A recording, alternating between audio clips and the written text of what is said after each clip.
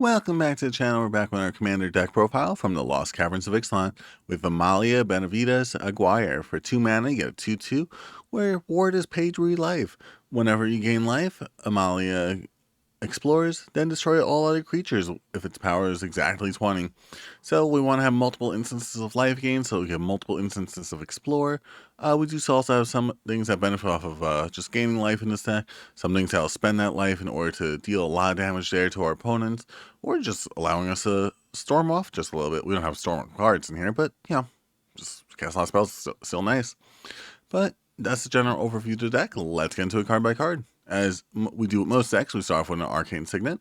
Bull Citadel, since we're going to be gaining so much life, we may as well use that life to look at the top cards of our deck and not be able to guess them because we keep running into lands after we just use the land. Or stop Signet for some additional mana, Soul Ring for some additional mana, Talisman Hierarchy for some additional mana. Wind Crystal, since we're gaining so much life, may as well gain double that life. And a little bit of cost reduction while we're at it. And if you have this 6 mana and nothing else to do with it, you may as well have your creatures swing in for multiple instances of life gain.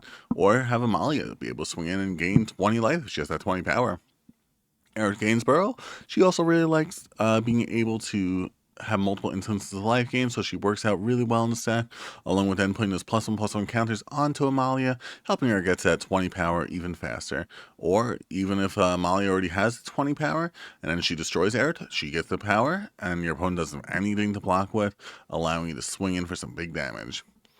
Auriok Champion, whenever a creature enters the battlefield, you may gain a life. It's a May, so you choose when and where Amalia gets that 20 power, allowing you to decide when you want to do that board wipe. Blood Artist, a little bit of life gain off this whenever a creature gets removed, allowing you to gain that life, dealing some damage to your opponent while we're at it. Cruel Celebrant, whenever this or another creature or planeswalker control gets removed, each opponent loses life, we gain some life. Once again, we like multiple instances of life gain. This is an easy way to get that done. Daxos Blessed by Sun, another way easily to do that is to have our creatures enter the battlefield. So we could gain a life anytime a creature we control enters the battlefield. Cards like this. Death Greeter, whenever another creature is put into the graveyard from the battlefield. Oops, sorry. Once again, that gaining life, similar to Blood Artist or Cruel Celebrant, allowing us to help boost Amalia a little bit more. Distinguished Conjurer for another instance of life gain. This way, like I said, we want multiple instances of one life. We don't necessarily care about how much we could double it, but we do still like to double it sometimes too.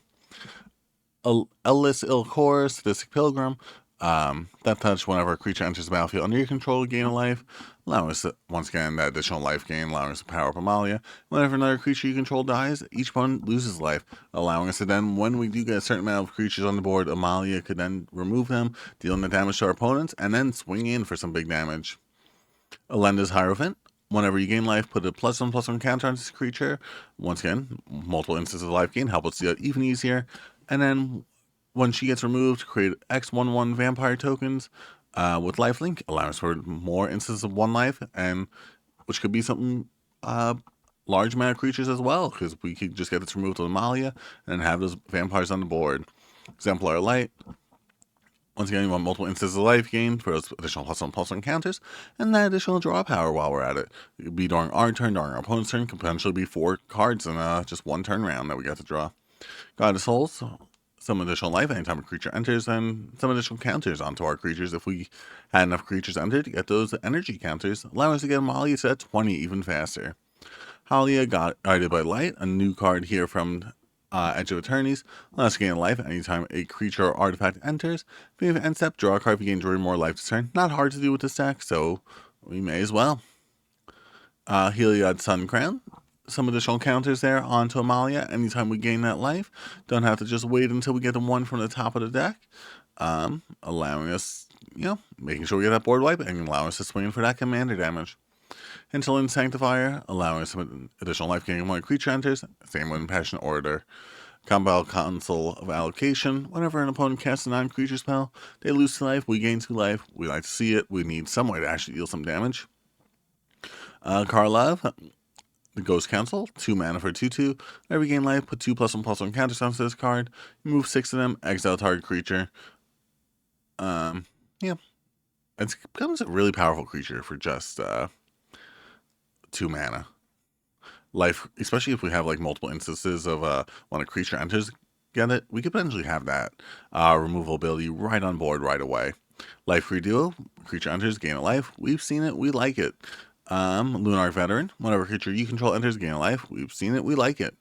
Marauding Priest, whenever you gain life, each opponent loses life, allowing us to actually deal some damage to our opponents when we gain that life. Mother of Runes, to make sure that we could still swing in there with our commander, and our opponent's targeted removal won't be able to get rid of it. Selfless Spirit, this way, when we eventually do board wipe, we want to make sure we're not board wiping ourselves and we're just board wiping our opponents. So Warden, Soul's Attendant, it's whenever a creature enters, gain a life, allowing us to potentially board wipe during our opponent's turn if they weren't paying attention to our power. Spectrum Sentinel, whenever non-basic land enters under an opponent's control, gain a life, allowing us to potentially board wipe during our opponent's turn, or just get those additional counters onto our creatures. Starscape Cleric, allow us to burn our opponents, potentially for 2 if we have enough mana for the Offspring ability. Whenever you gain life, Suture Priest, another way of ping our opponent for that damage, and allowing us to gain life when our creatures enter. Vito Doran of Duskrose, whenever you gain life, target opponent loses that much life, potentially, once again, allowing us for that damage onto our opponent when we gain that life. Voice of the Blessed, another creature that likes the multiple instances of life gain. This way, as long as this creature has 4 or more +1 against those +1/+1 counters, giving it flying, vigilance, indestructible, all the above when we get 10 +1/+1 counters on it. And anyways, Zulport Cutthroat, this way gain some life, our opponents lose some life when our creatures get removed. They allow for more instances of life gain, and those do also benefit pretty well with Amalia's ability. Giant's Welcome for some additional life gain, same with Doherty Consoles. During our opponent's turn, we like to do it as well so that we can keep on going. Blind Obedience. Artifacts and creatures your opponents control enter tapped. You also extort whenever you cast a spell, pay 1 white or 1 black. Each opponent loses life, you gain that much life, allowing you to gain some 3 life, oftentimes in Commander. Case of the Uneaten Feast, another instance of life gain anytime a creature enters. We're going to be doing it a whole bunch. Cleric class, may as well gain 2 life when we're gaining life, and get those +1/+1 counters onto our creatures, allowing Amalia to get to 20 even faster. Exquisite Blood, allowing us some additional infinite combos. This way, whenever an opponent loses life, we gain that much life, and we have Sanguine Bond. This way, whenever we gain life, target opponent loses that much life, allowing us to go infinite with the 2. We don't run too much of like the Exquisite Blood effect. This way we don't like call attention to ourselves. Lunar Convocation, beginning of your end step, if you gain life this turn, each opponent loses life. We're going to be gaining life. It's only 1 life though. Beginning of your end step, if you gained endless life, you get a token creature. You also pay life to draw some cards. Some benefits off of that additional life that we have. As always, we'll go through. Oh, I didn't put the Ajani, what's it called? Planeswalker in here. But yeah, as always, we'll go through lands last. Anguish Unmaking for some removal, Dark Ritual for some mana. We have plenty of ways to give our stuff indestructible. This way, we're just board wiping our opponents and not ourselves with cards like Dawn's Truce, Flare of Fortitude, Flawless Maneuver, Generous Gift for some additional removal, Helia's Intervention for some extra removal, but also some additional life gain if we need it. Path to Exile for that removal. Rally the Ancestors. This way we can return all of our life gain abilities back to the battlefield because most of them will have mana value 2 or less in order to make sure we get them back again and again.